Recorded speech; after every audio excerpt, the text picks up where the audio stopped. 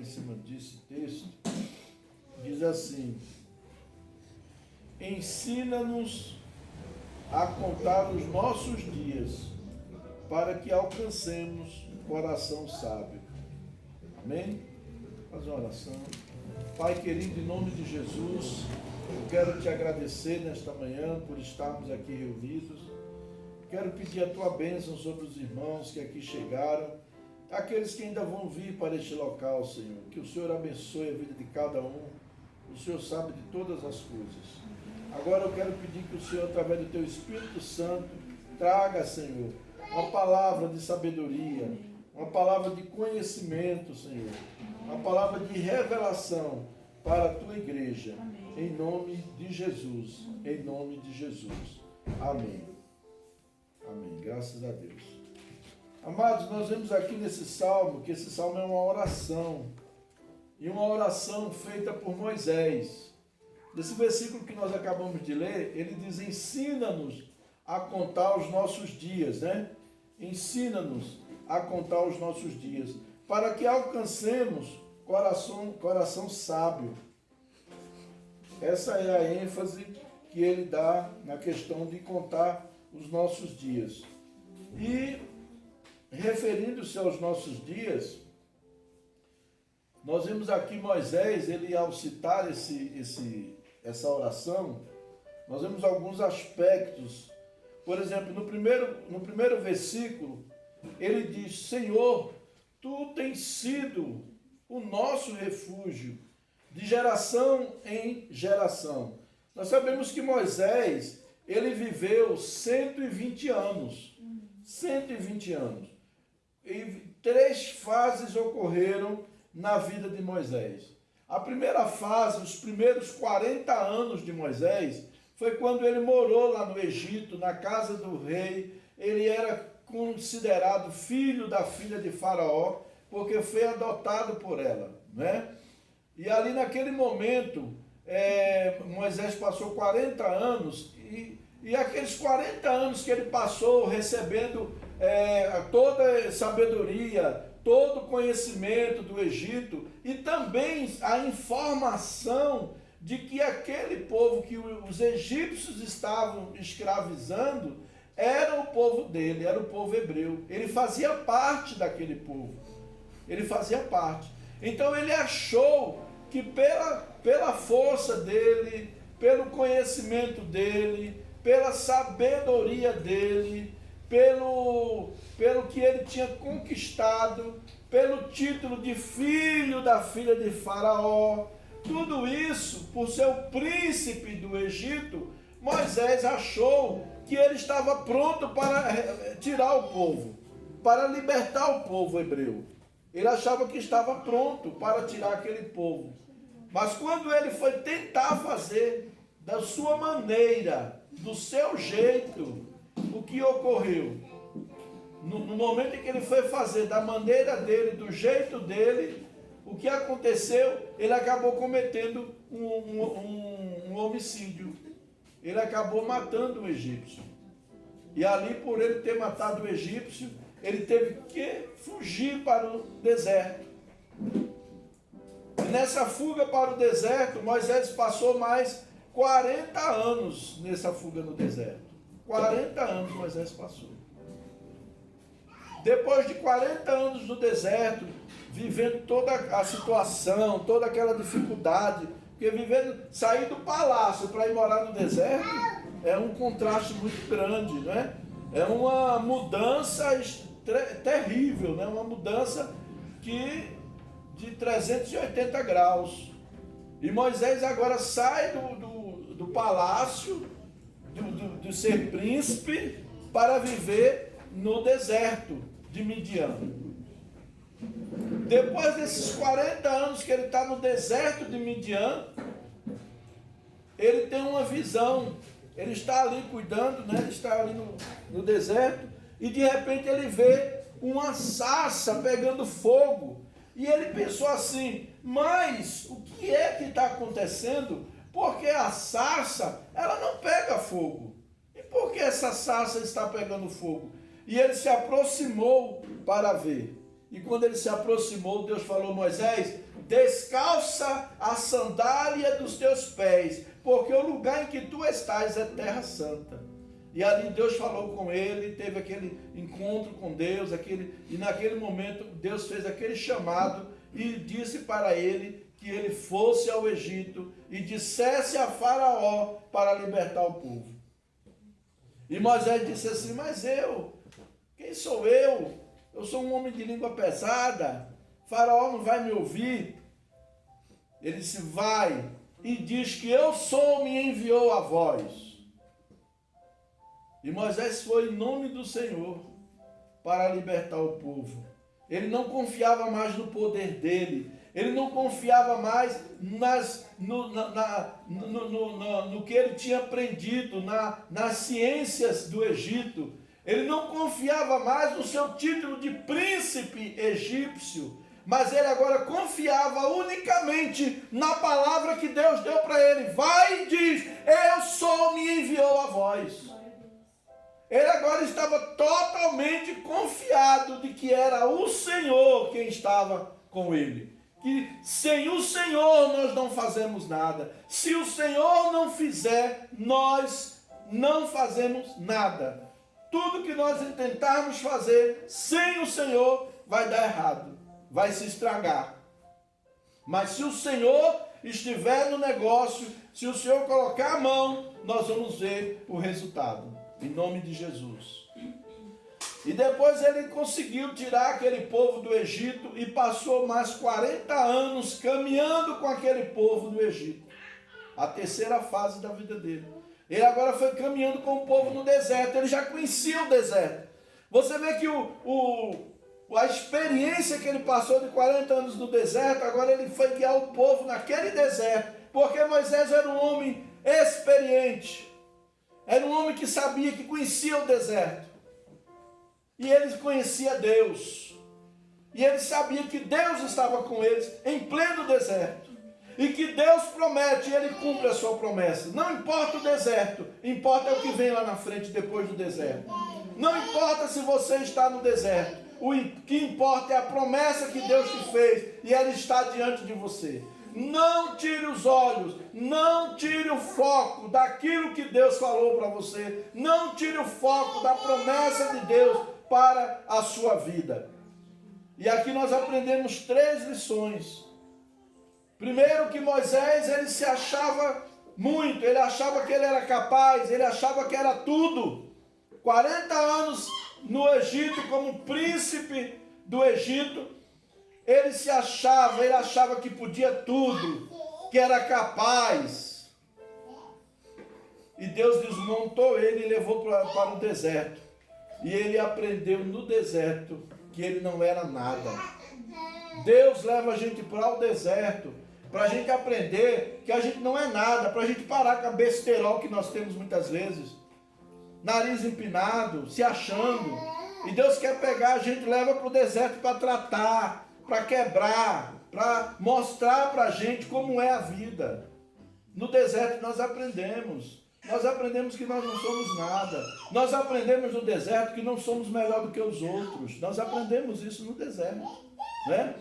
E no deserto Moisés aprendeu isso, que ele não era nada. Sem Deus ele não era nada. Depois que ele caminhou com o povo, que ele foi buscar o povo, então ele passou 40 anos pensando que ele era alguma coisa. Depois ele passou 40 anos descobrindo que ele não era nada. Precisou 40 anos para Deus tratar com Moisés. 40 anos para Deus tratar com Moisés. Você leva 2 meses, 3 meses passando pela prova, já está achando ruim, já está reclamando, já está querendo se desviar, vou para o mundo. Não quero saber de Deus, vou para Macumba, vou não sei para onde. Uma provinha de 3 meses você está passando, 1 ano. Mas ele passou 40 anos, Deus tratando com ele. Para ele chegar e dizer diante de Deus assim: Senhor, eu sou um de língua pesada. Eu não sou capaz. Precisou Deus tratar 40 anos para poder Moisés chegar na presença de Deus. Eu não sou capaz, Senhor. Se o Senhor não quiser na minha vida, eu não sou capaz. Eu não sou capaz. E por último, nós vimos a terceira parte, onde Moisés descobre que Deus é tudo. Desde o momento em que Deus falou com ele lá no deserto, com a sarça ardente, até o momento em que ele foi a Faraó, ali Deus derramou as 10 pragas para mostrar a Faraó quem é Deus. Você sabe qual é o objetivo das 10 pragas, gente? As 10 pragas que Deus enviou foi para mostrar para o Egito que aqueles deuses do Egito não era Deus coisa nenhuma. Porque cada uma das pragas feria um tipo de Deus egípcio. Feriu o sol, o sangue que veio, a escuridão, né? Eles adoravam o sol, eles adoravam o rio Nilo, de repente o rio Nilo se transforma em sangue. Tudo isso foi Deus confrontando os deuses egípcios, que os egípcios adoravam. Deus estava mostrando para o povo hebreu, principalmente, que não existe outro Deus além dele. Que não existe outro Deus além do nosso Deus, além do Senhor, não existe outro. Por isso que foi confrontado ali. E agora Moisés vai no deserto caminhando com aquele povo, levando para a terra prometida. Então ele vem dizendo no primeiro versículo aqui, né? Senhor, tu tens sido nosso refúgio de geração a geração. Ele sabe, ele viu o livramento, ele viu quantas coisas Deus fez na vida dele. Ele viu os milagres, ele presenciou a proteção de Deus sobre o seu povo. No versículo 2 ele diz: antes que os montes nascessem, se formassem a terra e o mundo, de eternidade a eternidade, tu és Deus. Tu és Deus eterno, o único, exclusivo. Tu reduzes o homem ao pó e dizes: tornai filho dos homens. Reduz o homem ao pó. O homem está lá se achando no pedestal, Deus vai e abate ele. Deus vai e abate. Eu vi agora esses dias, apesar que infelizmente ainda muita gente ainda não caiu a ficha, mas esse período agora que nós tivemos de pandemia, eu vi que o pessoal estava muito assim, muito soberbo, muito exaltado, muito nem aí para Deus. Aí veio a pandemia, mas nem a pandemia, tem muita gente que ainda não entendeu o recado do céu. Tem muita gente que ainda continua com o coração duro, com o coração fechado, não se deixa ser tratado, mesmo com a pandemia. Aí agora está um assustado, com medo da guerra, se vai, se não vai, se vai, se não vai, entendeu? Então assim, o ser humano tem um coração endurecido, mas Deus reduz o homem ao pó. Ele diz aqui: pois 1000 anos aos teus olhos são como o dia de ontem, que se foi, e como a vigília da noite. Tu os arrastas na torrente, são como um sono, como a relva que floresce de madrugada. De madrugada viceja e floresce, à tarde murcha e seca. Pois somos consumidos pela tua ira e pelo teu furor conturbados. Aqui Moisés, ele estava falando sobre o juízo eterno, ele já falava aqui sobre o juízo eterno de Deus, que vinha sobre a humanidade. E todos tinham essa consciência, esse sentimento, todos desejavam, havia um desejo no coração deles de ver o Messias, o libertador, aquele que viria para dar vida eterna. Desde o Gênesis, Deus já prometeu isso, né? Desde o livro de Gênesis. Depois ele diz: diante de ti puseste as nossas iniquidades, e sob a luz do teu rosto, os nossos pecados ocultos. Não existe pecado que não esteja patente aos olhos de Deus. A gente comete as coisas escondidinho, mas Deus está vendo. Está escondido de quem? Deus está vendo, né? Então Deus, ele conhece, ele vê, ele vai lá. Mas ele está esperando de nós, não é para nos acusar, para nos condenar, mas a palavra de Jesus lá em João 3,17 diz: porque o Filho do Homem não veio ao mundo para que condenasse o mundo, mas para que o mundo fosse salvo por ele. Hoje nós vemos muita pessoa pregando o evangelho da condenação, condenando os outros, mas nós estamos ainda no tempo da graça. Temos que alertar. Mas nós ainda estamos no tempo da graça, no tempo de salvação, a porta está aberta. Então nós temos que pregar a porta que está aberta para que as pessoas conheçam a Jesus, para que as pessoas venham a Jesus.